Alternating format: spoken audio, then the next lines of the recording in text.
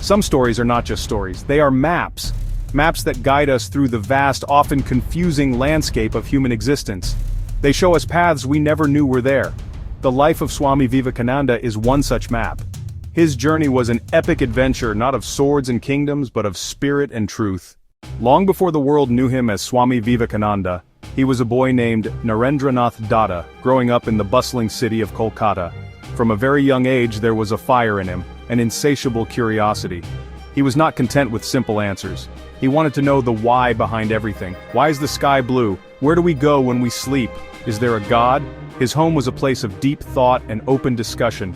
His father was a rational thinker. His mother was a woman of deep faith and devotion. The universe has a way of bringing people together at precisely the right moment. Naren's restless search finally led him to a simple, unassuming temple on the outskirts of Kolkata, at a place called Dakshineswar.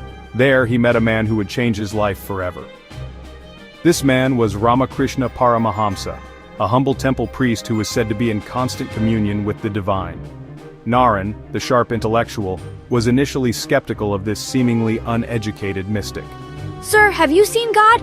Without a moment's hesitation, Ramakrishna looked at him and said, Yes, I have. He can show him to you too. Naren was stunned into silence. Ramakrishna encouraged Naren's doubts, knowing that a faith that has not been tested is no faith at all. The brightest lights often cast the darkest shadows. His beloved master, Ramakrishna, passed away, leaving him and a small group of young disciples feeling like lost children. At the same time, Naren's family was plunged into poverty. He was now forced to walk barefoot from office to office, begging for a job to feed his starving mother and siblings. He was caught between his spiritual calling and his worldly duties, a painful conflict that tore at his soul. He and his brother disciples took monastic vows, and Narendranath Datta became Swami Vivekananda, and so began his great journey.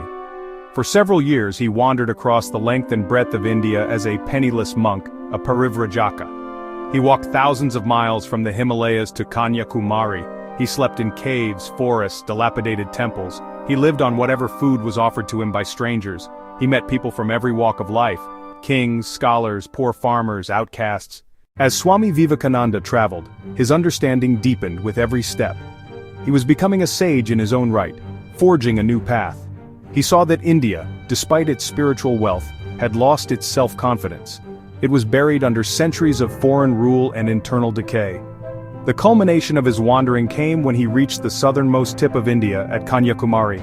He sat on that rock for 3 days and 3 nights meditating. With the Indian Ocean before him, he reflected on his country's past, its present state, and its future potential. He saw his mission clearly. He had to go to the West. In 1893, Swami Vivekananda arrived in Chicago. He was a lone, unknown monk, with no formal invitation, and very little money. He was there to attend the Parliament of World's Religions. The initial days were filled with struggle. When his turn came, he was so nervous he let several other speakers go before him. Finally, he walked to the podium. He bowed to the divine spirit he saw in the audience. He began his speech with 5 simple words: Sisters and Brothers of America. Before he could say another word, the entire audience rose to their feet in a thunderous 2-minute-long standing ovation.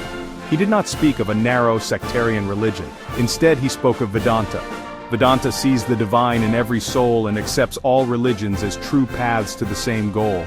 As the different streams having their sources in different places all mingle their water in the sea, so, O Lord, the different paths which men take all lead to Thee. He became an overnight sensation. Newspapers hailed him as the star of the Parliament. For the next few years, he lectured across America and Europe. He explained Vedanta in a way that was rational, modern, and accessible. He taught that the goal of human life is to manifest the divinity already within us, through work, worship, philosophy, and psychic control, the 4 yogas. Swami Vivekananda's return to India was triumphant. He was no longer an unknown wanderer, he was a national hero. His success in the West instilled a new sense of pride and self-respect in the Indian people. He established the Ramakrishna mission, Atmano Mokshartham Jagat Hitaya Cha, for one's own salvation and for the welfare of the world. It was a revolutionary idea, to see service to humanity, especially the poor and the sick, as a form of worship. The impact of his work continues to this day. He was a major force in the Indian Renaissance.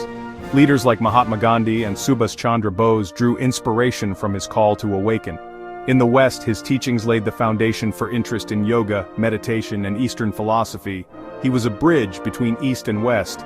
It teaches us that our greatest struggles can lead to our greatest strengths. It shows us that faith and reason can walk hand in hand. The life of Swami Vivekananda is a testament to the fact that one life, lived with courage, compassion, and a clear vision, can illuminate the world for generations to come. His light never fades.